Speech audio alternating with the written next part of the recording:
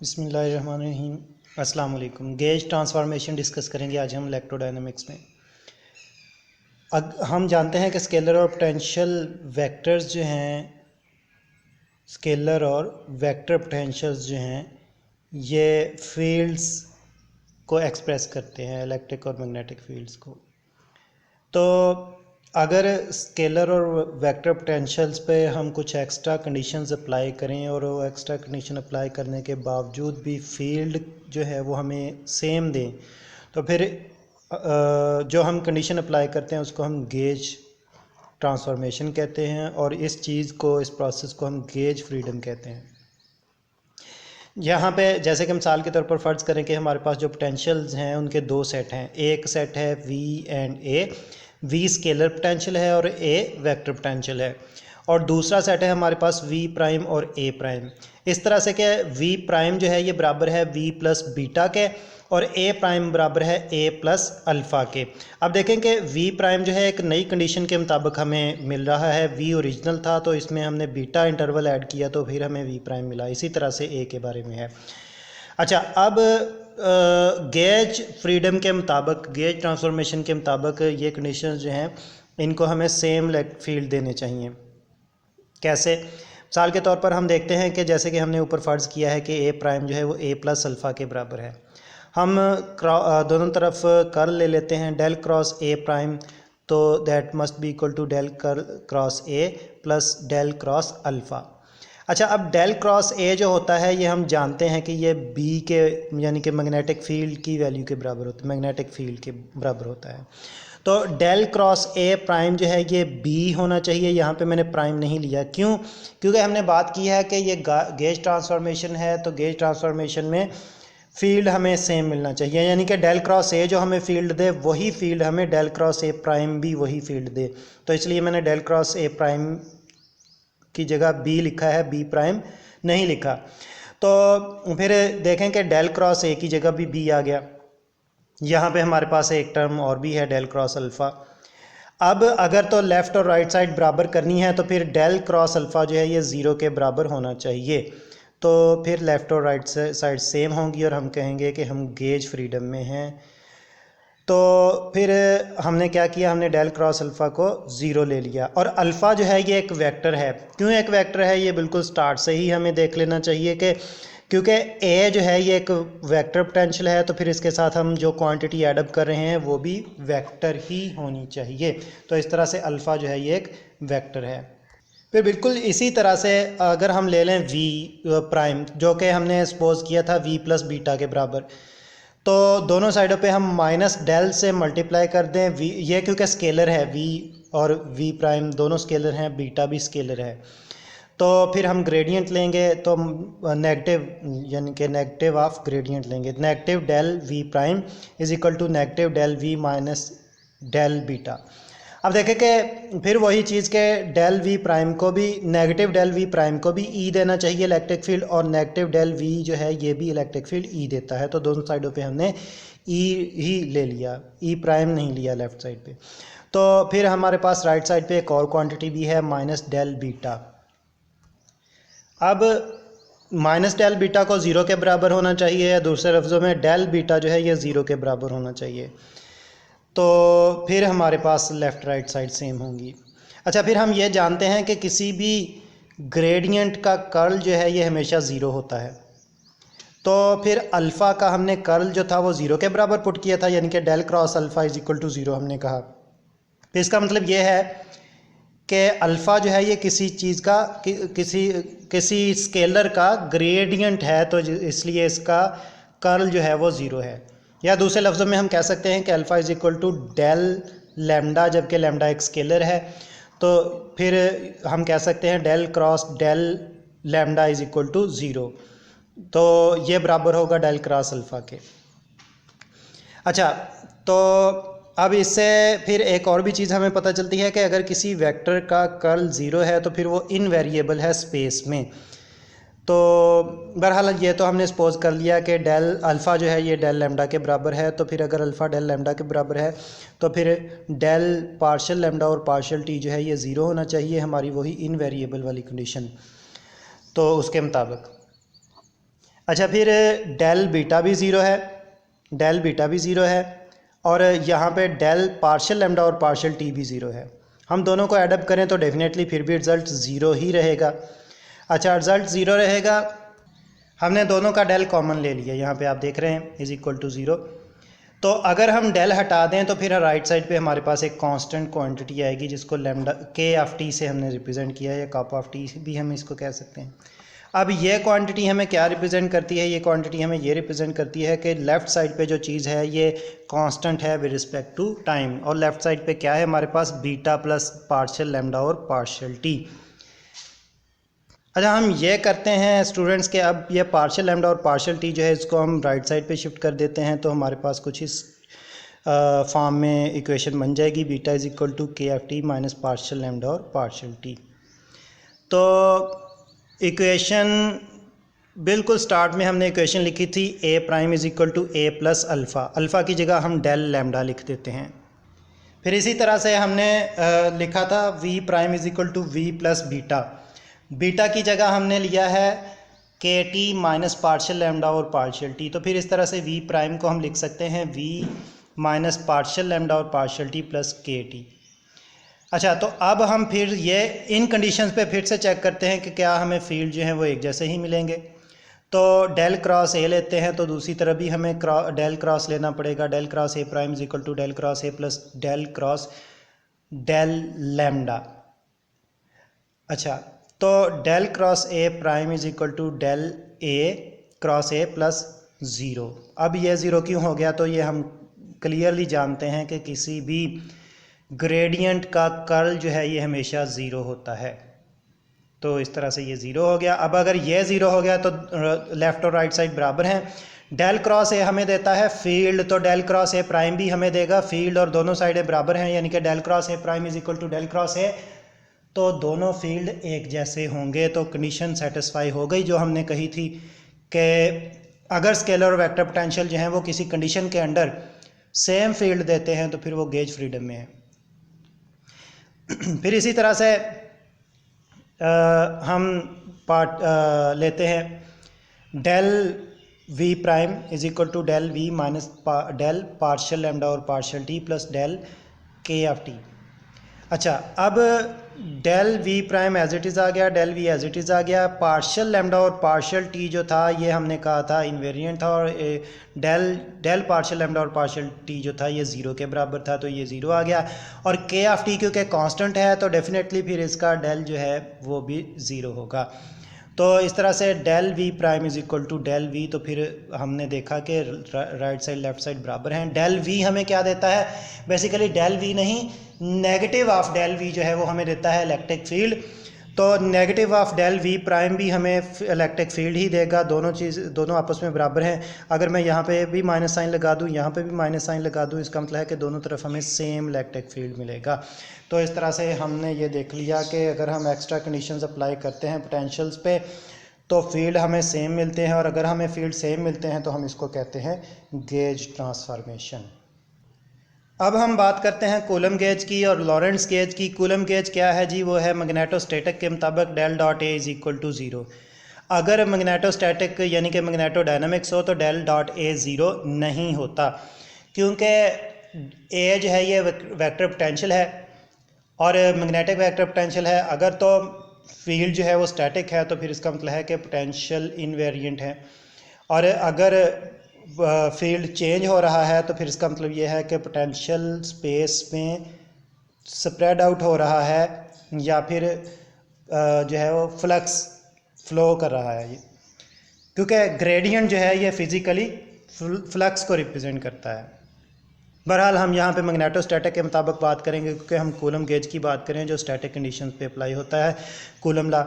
तो फिर यहाँ पे हम देखते हैं कि हमने एक इक्वेशन देखी थी जो एक्चुअली जब हम डिस्कस कर रहे थे Maxwell equations in terms of scalar and vector potential हमने बनाई थी, और फिर उसके बाद फील्ड इक्वेशंस बनाई थी, सॉरी फील्ड इक्वेशन नहीं, वेव इक्वेशन बनाई थी in terms of scalar and vector potential.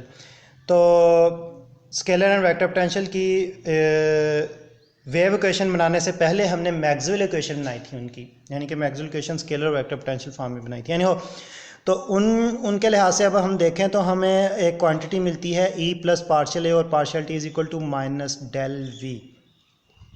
हम पार्शियल ए पार्शियल टी को राइट साइड पे शिफ्ट कर देते हैं तो E is equal to minus del we minus partial a partial t आ जाता है। इसके साथ साथ गाज़ लॉ हमें कहता है कि डेल डॉट ई जो है ये रो और एप्सिलॉन नॉट के बराबर है। हमारे पास ये वाली इक्वेशन जो है इसमें हम क्या करते हैं, हम डेल डॉट ले लेते हैं, या हम ये कर लेते हैं कि इसी इक्वेशन में हम ई की जगह ये वाली एक्सप्रेशन पुट कर देते हैं।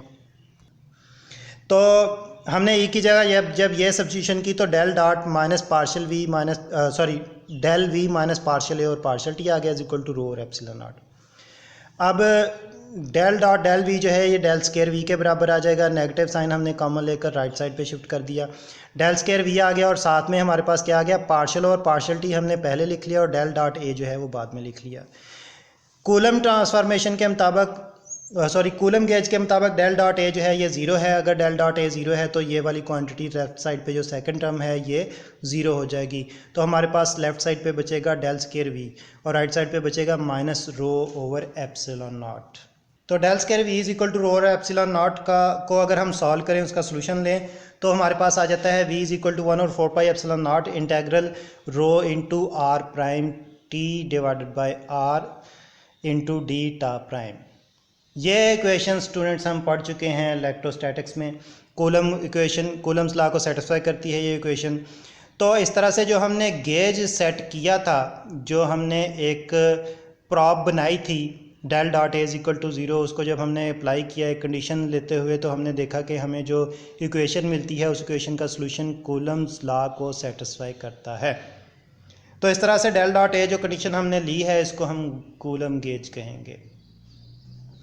तो फिर अब लॉरेंट्ज़ गेज की बात करते हैं। लॉरेंट्ज़ गेज में अब हम मैग्नेटोडायनामिक्स की बात करेंगे। मैग्नेटोडायनामिक्स में डेल डॉट ए ज़ीरो नहीं होता, बल्कि डेल डॉट ए जो है ये minus mu naught epsilon partial we और पार्शियल टी के बराबर है। अब ये कहाँ से आ गई ये चीज़ जो है, हमने वही मैं दोबारा से रेफरेंस दूंगा कि जब हमने डिस्कस की थी Maxwell equation in terms of scalar and vector potential, तो उसमें हमें ये टर्म मिली थी आखिरी इक्वेशन में। तो फिर आखिरी इक्वेशन हमारे पास थी क्या, वो थी del square a minus mu naught epsilon naught partial two a और partial T two minus del into del dot A plus mu naught epsilon naught partial we और partial t is equal to, यहाँ पे जो अगली right side की term है वो नज़र नहीं आ रही, लेकिन मैं ये थोड़ा सा कोशिश करता हूँ आपको दिखाने की।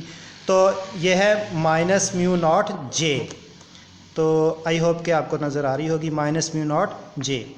तो इसमें ये वाली टर्म जो है, ये वाली del dot A plus mu naught epsilon partial we और पार्शियल टी, इसी को हमने लिया है और हमने क्या किया है, हमने बेसिकली इसको लेकर पहले ज़ीरो के बराबर किया, फिर ये जो सेकंड टर्म थी इसको राइट साइड पे शिफ्ट किया तो ये नेगेटिव में आ गई। अच्छा, और ये चीज़ हम पिछले लेक्चर में भी डिस्कस कर चुके हैं। तो अगर ये चीज़ ज़ीरो के बराबर आती है, यानी कि अगर मैं इस क्वांटिटी को लेफ्ट साइड पे शिफ्ट करूँ, ये एडअप होकर क्या होता है, राइट साइड पे ज़ीरो आ जाता है। राइट साइड पे ज़ीरो आता है तो ये वाली पूरी टर्म जो है ये ज़ीरो हो जाएगी। तो हमारे पास इस इक्वेशन में से क्या बचेगा, del square a minus mu naught epsilon partial a और पार्शियल टी स्केयर, ये चीज़ सारी आ गई, is equal to right side पे हमें फिर आ गया माइनस म्यू नॉट जे। तो हम इस क्वांटिटी को जो लेफ़्ट साइड पे सेकंड टर्म है इसको हम शिफ्ट करते हैं राइट साइड पे। राइट साइड पे नेगेटिव थी, राइट साइड पे पॉजिटिव हो जाएगी, तो आप देख रहे हैं इसको मैंने जस्ट शिफ्ट किया है। फिर ये हमारे पास इक्वेशन बन गई, किसकी बन गई, वेक्टर पोटेंशियल के लिए बन गई, इस second order differential equation with respect to space and time.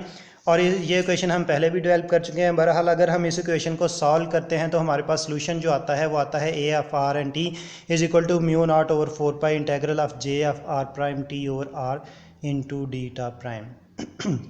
तो ये क्या है जी, ये मैग्नेटिक वेक्टर पोटेंशियल की इक्वेशन है और ये इक्वेशन सेटिस्फाई करती है लॉरेंट्ज़ लॉ को या लॉरेंट्ज़ इक्वेशन को। तो इस तरह से हमने देखा कि यहाँ पे ये वाली चीज़ जो हमने सेट की, del dot A is equal to minus mu naught epsilon naught partial we और पार्शियल टी, तो इसको अप्लाई करते हुए जब हमने कैलकुलेशन की तो हमें जो रिज़ल्ट मिला वो लॉरेंट्ज़ इक्वेशन को सेटिस्फाई करता है। तो फिर ये वाली चीज़ जो है, यानी कि ये वाली क्वांटिटी जो है, इसको हम लॉरेंट्ज़ गेज कहेंगे। Del dot A is equal to zero जो है वो कूलम गेज है और del dot A is equal to minus mu naught epsilon naught partial we और पार्शियल टी जो है ये लॉरेंट्ज़ गेज है। मज़ीद बात करते हैं retarded scalar and vector potentials की। रिटार्डेड का मतलब होता है डिलेड या एक्सटेंडेड। अच्छा, अब हमारे पास स्केलर और वेक्टर पोटेंशियल की जो मैक्सवेल इक्वेशंस हैं उनको हम देख लेते हैं दोबारा से। तो स्केलर वेक्टर पोटेंशियल की जो इक्वेशन है वो हमारे पास है del square a minus mu naught epsilon partial two a और partial T two minus del into del dot A plus mu naught epsilon partial we और partial t is equal to minus mu naught j. यहाँ पे हमने coulomb gauge या लॉरेंट्ज gauge अभी apply नहीं किया। हमने इक्वेशन जो एक्चुअली हमारे पास थी फोर्थ मैक्सवेल इक्वेशन आई थी in terms of vector potential वो हमने लिख ली है। और फिर जो स्केलर पोटेंशियल है हमारे पास उसकी मैक्सवेल इक्वेशन जो है वो है del square v minus mu naught epsilon partial two we और partial T two is equal to minus rho और एप्सिलॉन नॉट। अच्छा, अब हम क्या करेंगे, अब हम लॉरेंट्ज गेज और कूलम गेज अप्लाई करेंगे इन इक्वेशंस पे। तो सबसे पहले हम लॉरेंट्ज गेज देख लेते हैं जो कि है del dot A is equal to minus mu naught epsilon partial we और पार्शियल टी। और फिर इस टर्म को अगर हम लेफ़्ट साइड पे शिफ्ट करें तो इसका मतलब है कि ये दोनों टर्म जो हैं एडअप होकर ज़ीरो के बराबर आती हैं। अब हम इस टर्म को अगर हम अप्लाई करें, ये जो हमारे पास वेक्टर पोटेंशियल की इक्वेशन है ये वाली यहाँ पे, तो ये वाली क्वांटिटी ज़ीरो हो जाती है। तो हमारे पास हमें बचता क्या है, हमें बचता है del square a minus mu naught epsilon partial two a और partial T two is equal to minus mu naught j. अच्छा, अब हम जो है वो कूलम गेज देखते हैं। कूलम गेज हमारे पास क्या है, वो है जी del dot A is equal to zero और इसके साथ साथ पार्शियल टू ए और partial T two is equal to zero, ये भी है।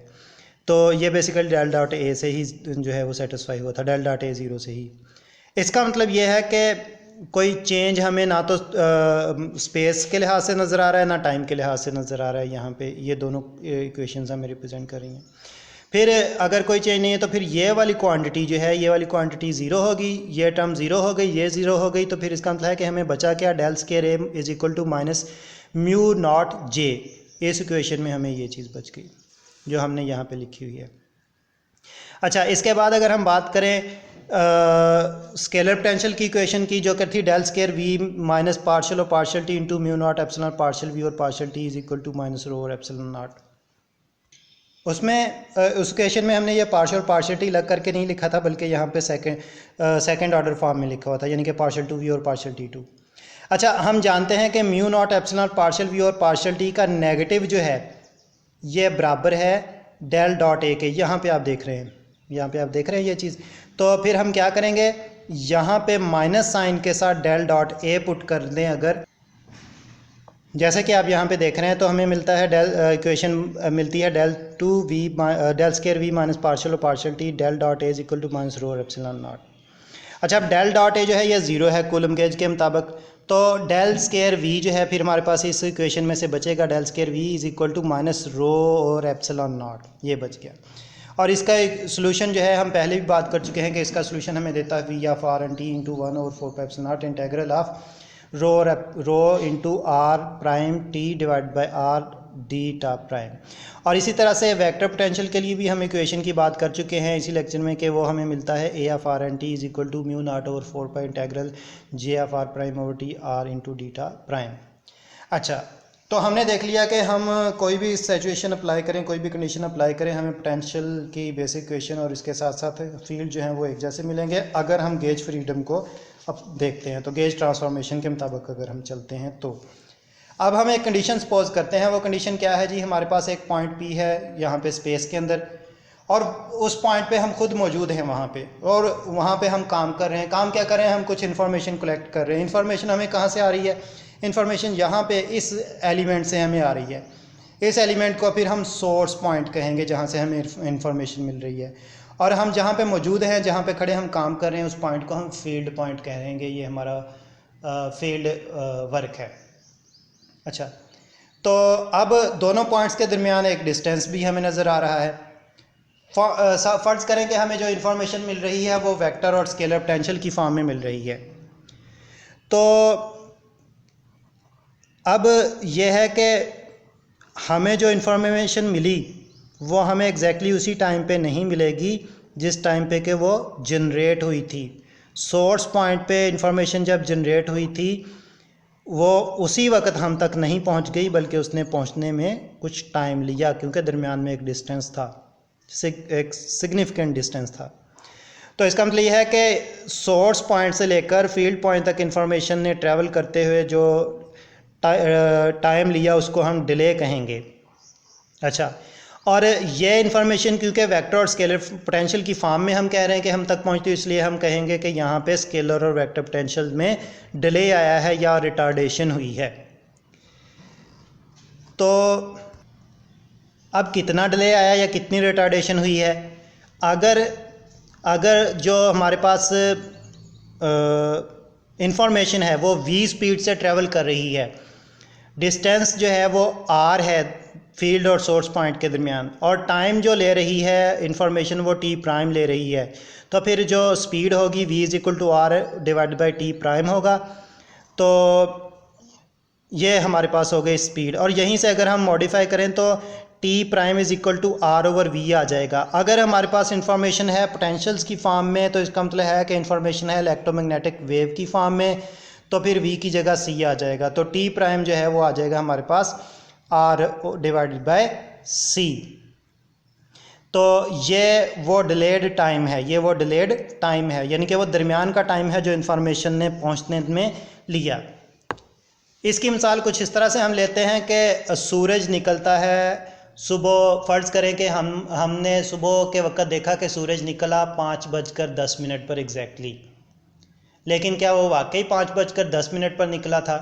तो बिल्कुल भी नहीं। वो हमें नज़र आया 5:10 पर, इंफॉर्मेशन हम तक जब पहुंची वो 5:10 हुए थे, लेकिन सूरज कब निकला था? सूरज निकला था 5:01:40 पर, यानी कि सूरज 8 मिनट 20 सेकंड पहले निकल चुका था। लाइट ने हम तक पहुंचते पहुंचते 8 मिनट 20 सेकंड लिए, इसलिए सूरज जब हमें नज़र आया तो उस वक़्त सूरज को निकले हुए 8 मिनट 20 सेकंड का टाइम गुज़र चुका था। तो ये जो गुज़र चुका था टाइम, दरमियान का टाइम जो था, ये इसको हम डिलेड टाइम कहते हैं, टी प्राइम से रिप्रेजेंट करते हैं।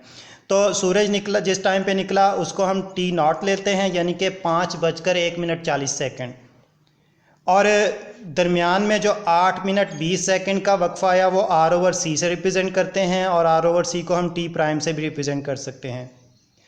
अब जो अभी मौजूदा टाइम है जो कि है 5:10, तो उसको हम t लेते हैं। ठीक है जी, t हमारे पास प्रेजेंट टाइम है, t नॉट हमारे पास इनिशियल टाइम था, और r ओवर c जो है ये डिलेड टाइम है। थोड़ी सी मॉडिफिकेशन करते हैं, t naught is equal to, यानी कि हम क्या करते हैं, टी नॉट को इसी तरफ रहने दें, आर और सी को अगर ही शिफ्ट करें टी की तरफ तो ये नेगेटिव में आ जाएगा, तो हमारे पास t naught is equal to T minus are over c आ जाएगा। जब आर ओवर सी जो है ये है रिटार्डेशन, तो हमें नहीं पता कि इनिशियल टाइम क्या था, हमें तो मौजूदा टाइम का पता है। या हम ये कर सकते हैं कि दरमियान में जो लाइट ने ट्रैवल करने में टाइम लिया है वो मालूम कर सकते हैं। कैसे? सूरज और ज़मीन के दरमियान का फ़ासला हमें पता होगा r, और स्पीड ऑफ लाइट भी हमें पता है c। तो इससे हम जो है वो दरमियान का टाइम जो है, यानी कि डिलेड टाइम जो है वो निकाल सकते हैं। जब हमने डिलेड टाइम निकाल लिया तो हम उससे क्या कर सकते हैं, हम उससे देख सकते हैं कि सूरज कब निकला होगा। दरमियान का जो टाइम लिया 8 मिनट 20 सेकंड, वो हमने r ओवर c से निकाल लेना है, तो फिर हमें t नॉट का पता चल जाएगा। वैसे हमें नहीं पता कि टी नॉट क्या है, ठीक है, और हम टी नॉट को ऑब्ज़र्व नहीं कर सकते, हम टी नॉट को जस्ट मैयर कर सकते हैं इस इक्वेशन की बेस पर, टी माइनस आर ओवर सी की बेस पर। तो फिर इस तरह से, फिर अगर हम टी नॉट को टी आर ले लें रिटार्डेड टाइम, तो फिर हम टी नॉट की जगह लिख सकते हैं T R is equal to T minus are over C retarded time. अच्छा, तो अब इसका मतलब है कि ये जो पोटेंशियल्स हैं दोनों जो हैं ये टाइम वेरिंग पोटेंशियल हैं। तो ये दोनों पोटेंशियल ही जो हैं, अगर इनकी फॉर्म में हमें इंफॉर्मेशन मिलती है तो फिर इंफॉर्मेशन हमें जो है वो फौरी तौर पर उस वक्त नहीं मिलेगी जिस वक्त के वो जनरेट हुई थी, बल्कि वो कुछ टाइम लेगी। और इस तरह से फिर ये पोटेंशियल जो थे ये सोर्स पॉइंट पर जनरेट हुए थे, और फील्ड पॉइंट पर जब पहुँचे, तो फील्ड पॉइंट पर जब ये पहुँचे तो ये रिटार्डेड फॉर्म में पहुँचे, ये अपनी इनिशियल फॉर्म में नहीं पहुँचे, क्योंकि हम इक्वेशंस की मदद से देख सकते हैं कि बेसिकली ये टाइम डिपेंडेंट हैं। आप देख रहे हैं कि यहाँ पे जो है वो हमारे पास टी आ रहा है, और यहाँ पे सिंपली टी नहीं बल्कि टी ऑफ आर लेंगे, डिलेड टाइम, रिटार्डेड टाइम। और इसीलिए फिर हम कहेंगे कि ये जो स्केलर और वेक्टर पोटेंशियल्स जो हैं जो कि हमें फील्ड पॉइंट पर मिल रहे हैं ये बेसिकली रिटार्डेड पोटेंशियल हैं। ये पोटेंशियल्स जो हैं ये रिटार्डेड पोटेंशियल्स हैं, डिलेड पोटेंशियल्स जो हैं जो एक्चुअली जनरेट हुए हैं सोर्स पॉइंट पर वो इनिशियल पोटेंशियल्स थे। तो आई होप कि आपको रिटार्डेड पोटेंशियल्स का आइडिया क्लियर हो गया होगा। Thank you very much.